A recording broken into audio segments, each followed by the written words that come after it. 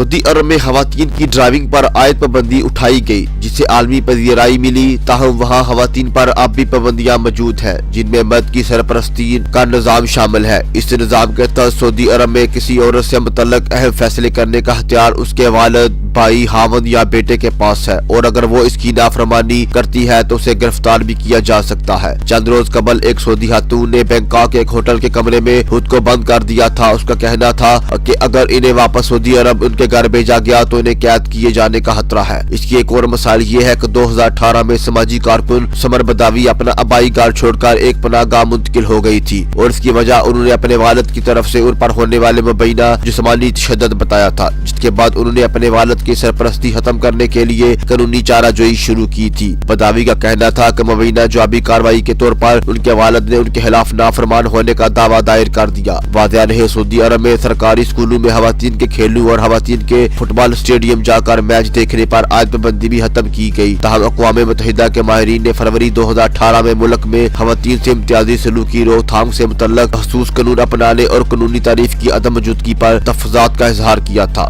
Saudi अरब में खवातीन के माशरे और मैशियत में शिरकत में बड़ी रुकावट मर्द की सरपरस्ती का निज़ाम है।